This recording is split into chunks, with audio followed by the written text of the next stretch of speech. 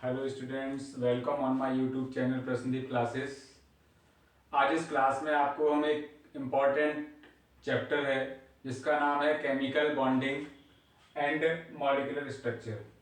Chemical bonding और molecular structure में आपको हम कंप्लीट चैप्टर कराएंगे ये, और इस चैप्टर में जितनी भी इम्पोर्टेंट टर्म्स हैं उन सारे टर्म्स में वन बाय वन डिस्कस करेंगे। ठीक है, तो यहाँ पे अगर chemical bonding and molecular structure जब चैप्टर स्टार्ट करते हैं तो स्टार्टिंग में एक पॉइंट आता है chemical bond. What is the chemical bond? Chemical bond क्या होता है? सबसे पहले आपको केमिकल बॉन्ड समझना है। यानी केमिकल एक टर्म आता है। केमिकल क्या होता है? जो भी एलिमेंट जब कंबाइन होते हैं, ठीक है, जब दोनों आपस में जुड़ते हैं तो जुड़ने से जो एक बॉन्ड क्रिएट होता है उसी को हम लोग क्या बोलते हैं? केमिकल बॉन्ड बोलते हैं। ठीक है। अच्छा, केमिकल बॉन्ड इसका जनरल टर्म होता क्या है? The force that hold different atoms in an molecule is called a chemical bond. यानी जब कोई भी सेम एलिमेंट या डिफरेंट एलिमेंट के बीच में एक फोर्स एक्सर्ट होता है, एक फोर्स क्रिएट होता है। ठीक है, ये फोर्स क्या होता है? फोर्स लगता है दोनों के बीच में, तो उसको हम लोग क्या बोलते हैं? केमिकल बॉन्ड बोलते हैं। फॉर एग्जाम्पल, अगर मान लो आपके पास कोई भी एक हाइड्रोजन एलिमेंट है, एग्जाम्पल से आपको बता दें, यहाँ पे आपको मान लो हाइड्रोजन एलिमेंट है, दूसरा आपके पास क्लोरीन एलिमेंट है। इन दोनों के बीच में यानी आज हाइड्रोजन क्या करेगा? अपना हाइड्रोजन और क्लोरीन एक दूसरे के बीच में क्या है ना, फोर्स एक्सर्ट करेंगे।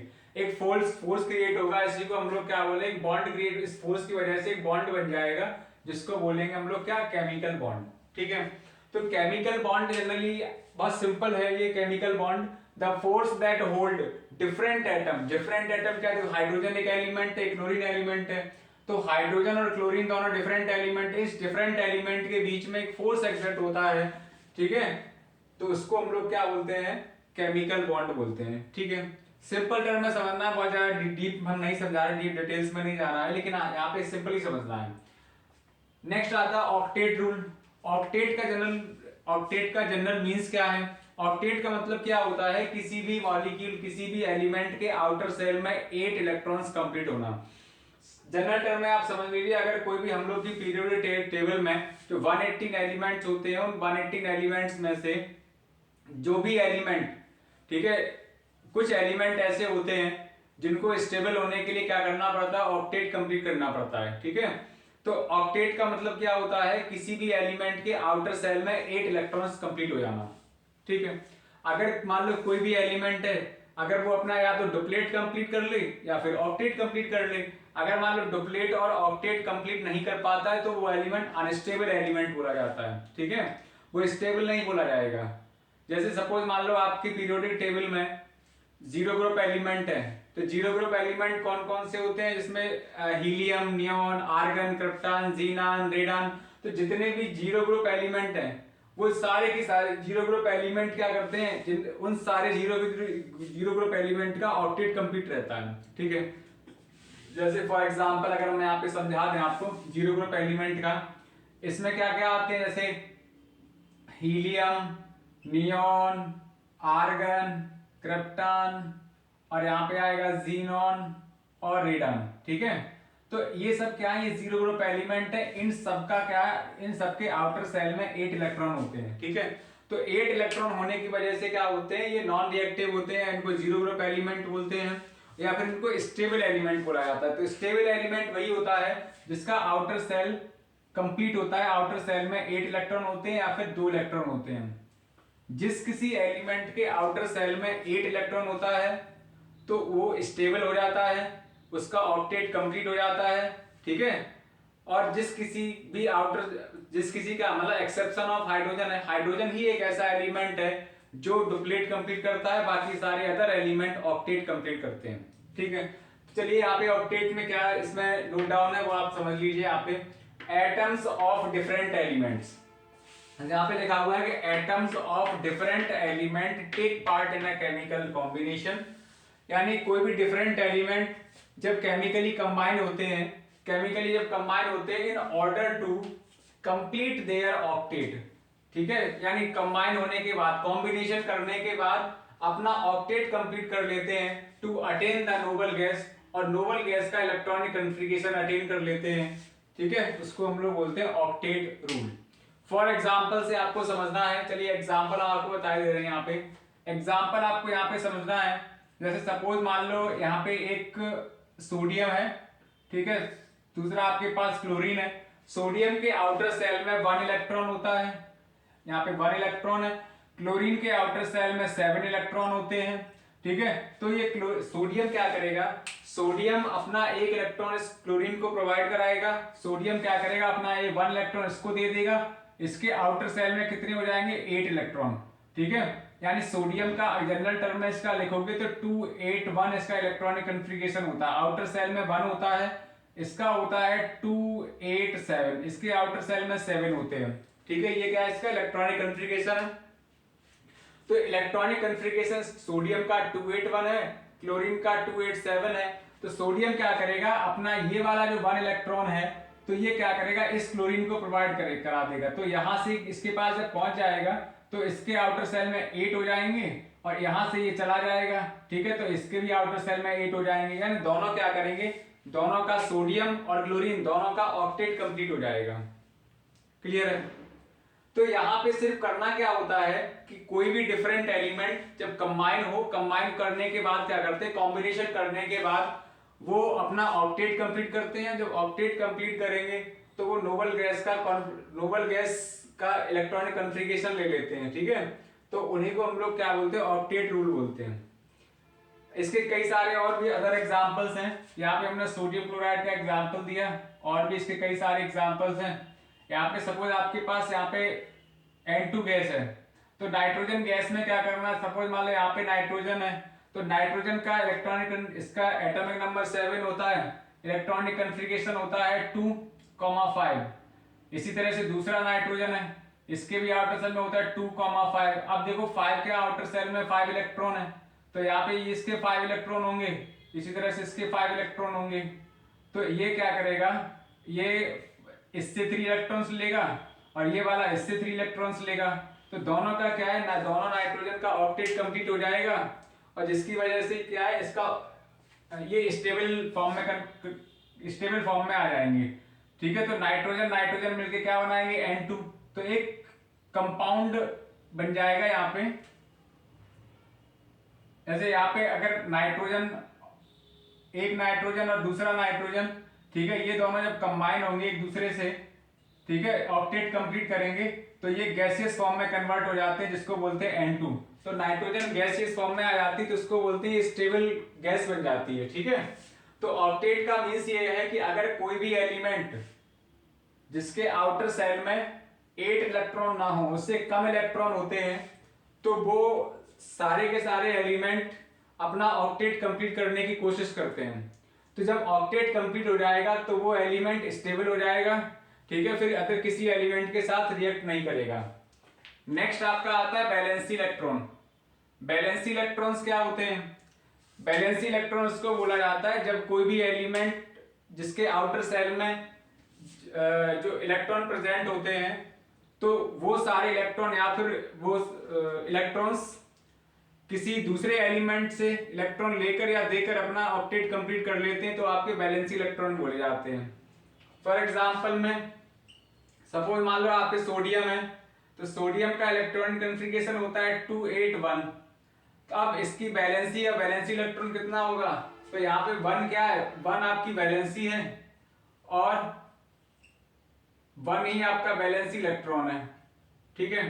तो वैलेंसी इलेक्ट्रॉन और वैलेंसी यहाँ पे सेम है। अगर मान लो किसी, जैसे मान लो यहाँ पे हमने ले लिया सल्फर ले लिया, तो सल्फर का एटॉमिक नंबर होता है 16, तो इसका हो जाएगा 286। तो आउटर सेल में 6 इलेक्ट्रॉन प्रेजेंट है।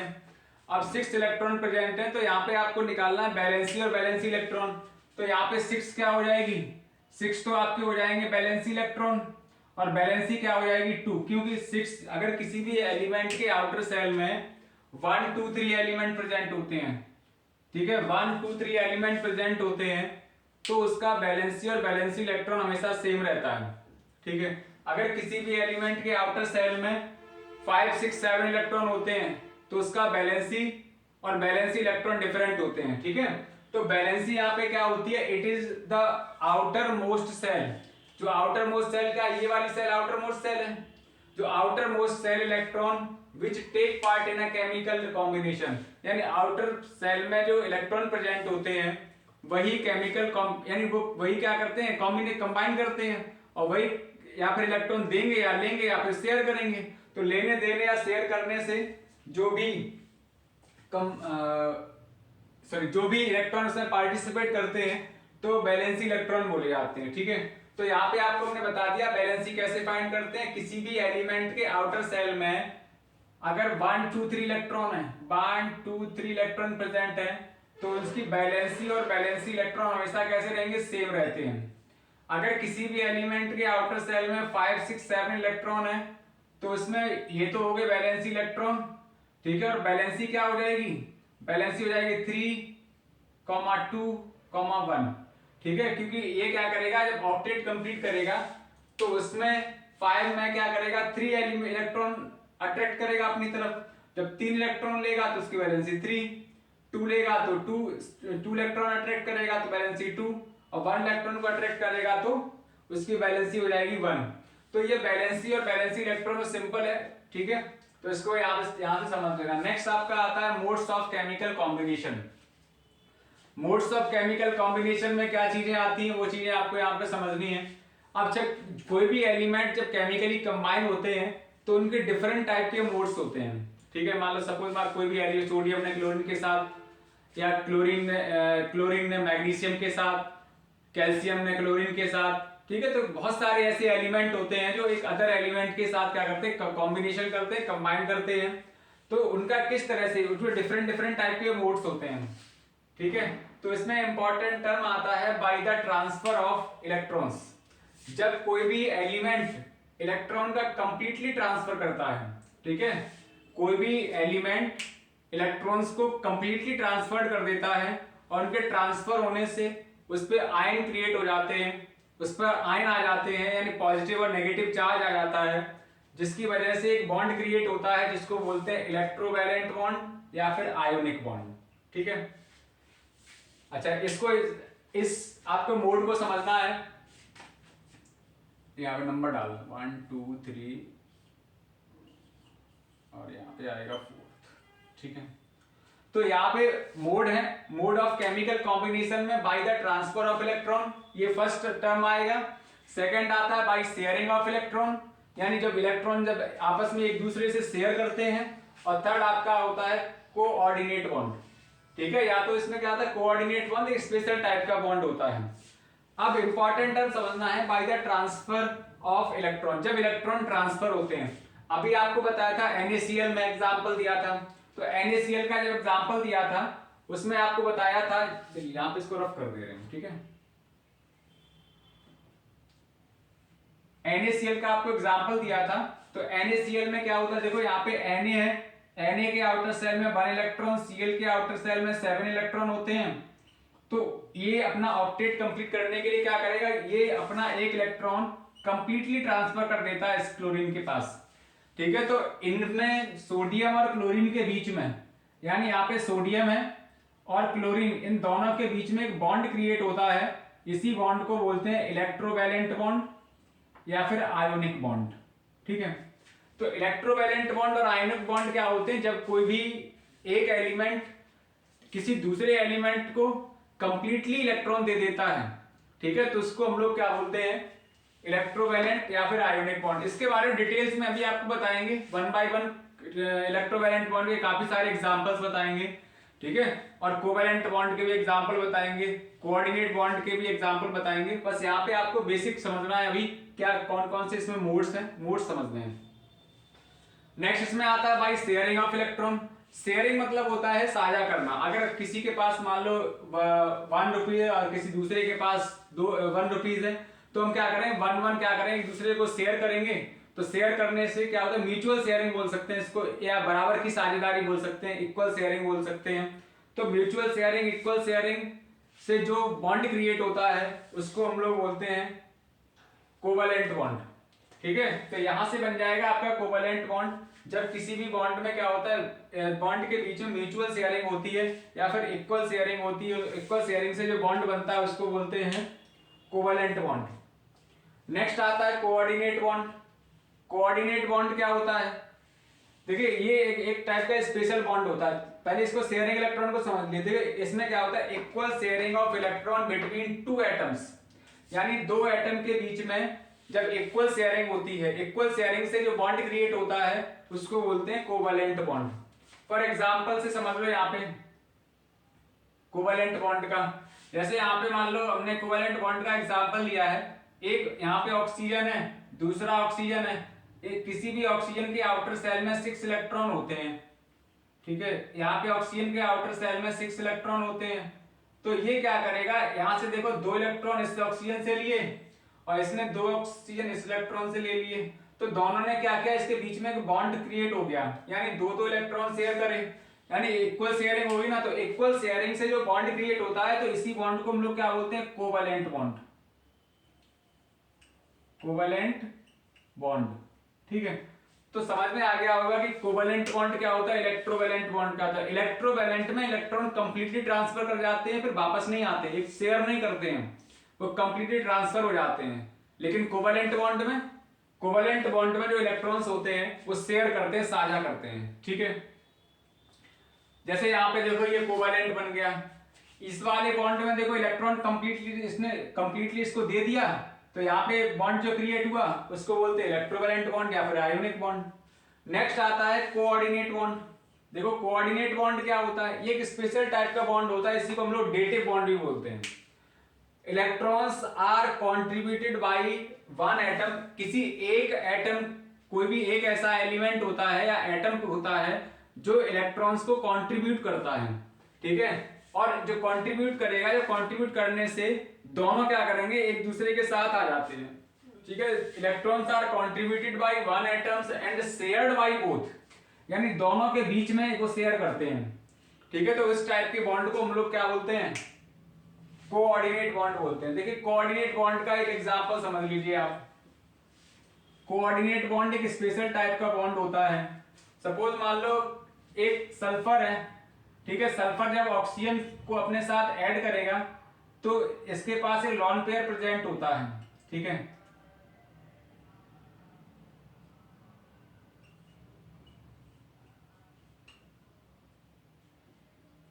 अब देखो यहां से क्या करेगा, देखो इसका ऑक्टेट कंप्लीट है सल्फर का, ठीक है। जैसे मान लो सल्फर के आउटर सेल में कितने हो जाएंगे, अगर ये इससे लेगा तो 6 इसके पास 1 2 3 4 5 6 पहले थे, 2 इसके हो जाएंगे, 8 हो जाएंगे।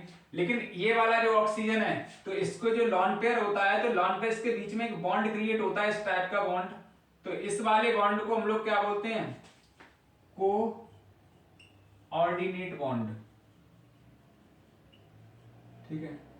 तो ये एक स्पेशल टाइप का बॉन्ड होता है, इस स्पेशल टाइप के बॉन्ड को हम लोग बोलते हैं कोऑर्डिनेट बॉन्ड या फिर इसी को बोलते हैं डेटिव बॉन्ड, ठीक है।